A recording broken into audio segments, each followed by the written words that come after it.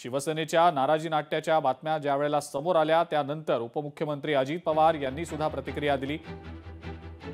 प्रत्येक जण आपापला पक्ष वाढवत असतो, निवडणूक काळात हे होतच राहतं असं अजित पवार म्हणाले। मला त्याच्याबद्दल काय माहिती नाही, मला ते जाणवलं पण नाही, कारण मी एकनाथराव आणि देवेंद्रजी आणि CS असं बसतो आणि मला असं वाटलं, कारण आमचे पण मकरंदाबा पाटील नव्हते, दत्तामामा भरणे नव्हते, मुश्रीफ साहेब पण लवकर निघून गेले कारण त्यांना जायचं होतं।